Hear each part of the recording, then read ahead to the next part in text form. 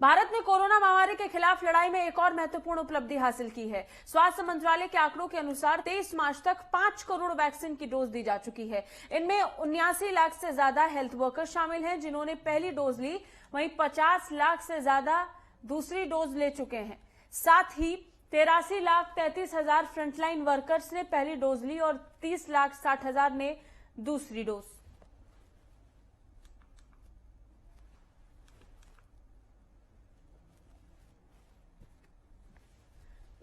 तो आपको बता दें कि कोरोना को लेकर लगातार जो फ्रंटलाइन वर्कर्स हैं वो वैक्सीन लगवा ही रहे हैं, वो लगवा चुके हैं। इसके साथ ही अभी हाल ही में जो प्रेस कॉन्फ्रेंस हुई है उसमें 45 साल से ज्यादा उम्र वाले लोग भी अब वैक्सीन लगा सकते हैं। और इसी के साथ अगर बड़ी उपलब्धि का जिक्र करें तो 5 करोड़ लोगों ने अब तक वैक्सीन लगवा ली है और इसी के तहत भारत तेजी से कोरोना के खिलाफ जंग लड़ रहा है। वहीं कोरोना के बढ़ते मामले भी लगातार डरा रहे हैं क्योंकि बहुत तेजी के साथ कोरोना की दूसरी लहर भी बढ़ती हुई नजर आ रही है।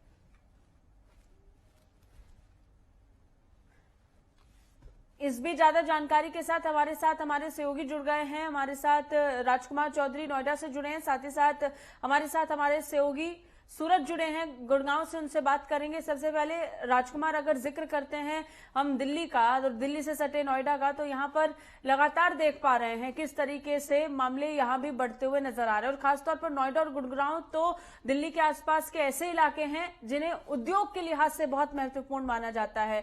लोग दूर दराज से यहाँ काम करने के लिए आते हैं, चाहे छोटा व्यापारी हो वो भी यहाँ पर आता है, या फिर बड़े से बड़ा उद्योगपति वो भी अपना बिजनेस या तो नोएडा या फिर गांव से चलाता है।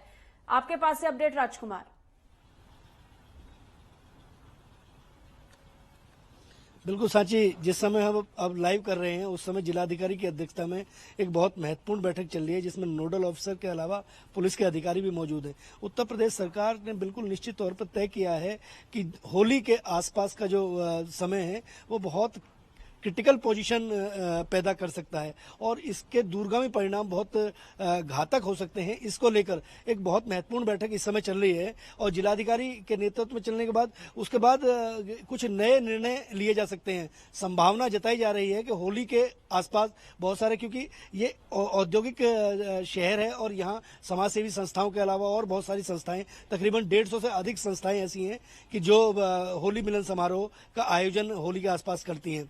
बिल्कुल सरकार ने पूरी तरीके से इन्हें प्रतिबंधित करने का काम किया है। भारतीय जनता पार्टी के तमाम वरिष्ठ नेताओं को, सांसद और तमाम विधायकों को भी बिल्कुल निर्देश कर दिया गया है, निर्देश दे दिए गए हैं कि वो अपने पास भीड़ कम से कम इकट्ठा करें, क्योंकि कहीं ना कहीं उनकी जवाबदेही भी तय होती है, न्यू सेंस क्रिएट ना हो। इसको लेकर ज्यादा से ज्यादा लोगों को जागरूक किया जाए, लोग मास्क लगाएं, 2 गज की दूरी रखें, क्योंकि होली के आसपास का जो दौर है तो आज अब मीटिंग में क्या निकलता है इसका अपडेट अगले 1 घंटे में बिल्कुल निश्चित तौर पर मिलेगा। लेकिन जिस तरीके की हालात और परिस्थितियां नहीं है, 5,000 करोड़ रुपए से ज्यादा का नुकसान केवल एक्सपोर्ट हाउस को, एक्सपोर्ट डिपार्टमेंट जो था, जो यहाँ पे औद्योगिक गतिविधियां हैं, तकरीबन 500 से अधिक छोटी इकाइयां कोरोना के दौरान बंद हो गई थी, वो धीरे धीरे पटरी पर आ रही थी। लेकिन अब फिलहाल स्टैंड बाई कर दिया गया है सबको और निर्देशित कर दिया गया है पूरी तरीके से कि अपने आप को, पहले जान है तो जहान है, अपने आप को सुरक्षित रखिए। देखना बड़ा दिलचस्प होगा कि अब क्या परिणाम निकल के आते हैं, क्या निर्देश जारी होते हैं।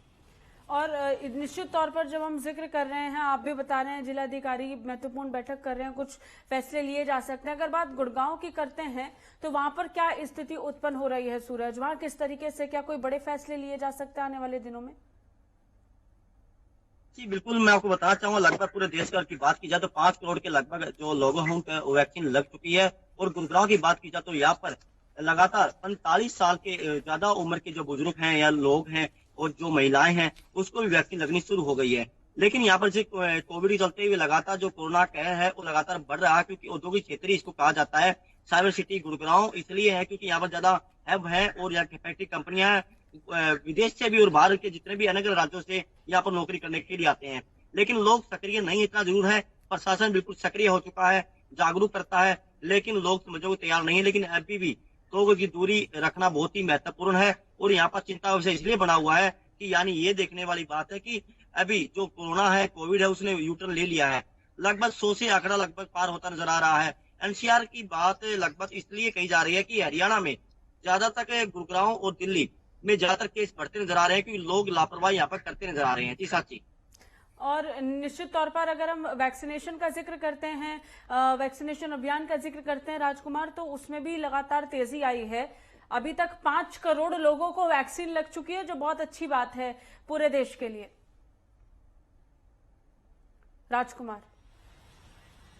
बिल्कुल सांची, क्योंकि मैं नोएडा में खड़ा हूं और नोएडा हिंदुस्तान का ऐसा पहला शहर है कि जहां पर कोविड का स्पेशल हॉस्पिटल बना। मुख्यमंत्री योगी आदित्यनाथ ने उसका इनॉग्रेशन किया।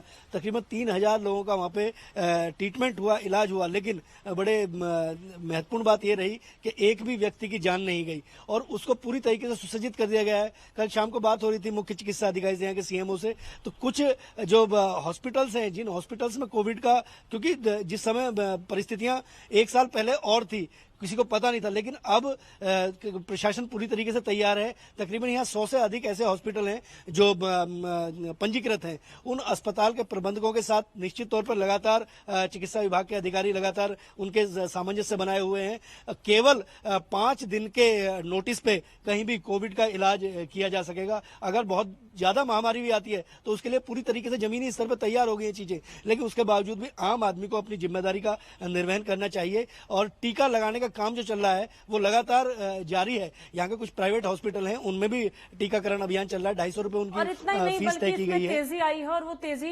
निश्चित तौर पर देखी भी जा सकती है राजकुमार। जिस स्तर पर अब 5 करोड़ लोगों को वैक्सीन लग चुकी है बहुत कम समय में, आगे आने वाले दिनों में ये और तेजी से बढ़ेगा, ये इस बात को लेकर के पूरी उम्मीद है। बहुत बहुत शुक्रिया आप दोनों का हमारे साथ जुड़ने के लिए। सूरज, आपका भी शुक्रिया, आप हमारे साथ जुड़े।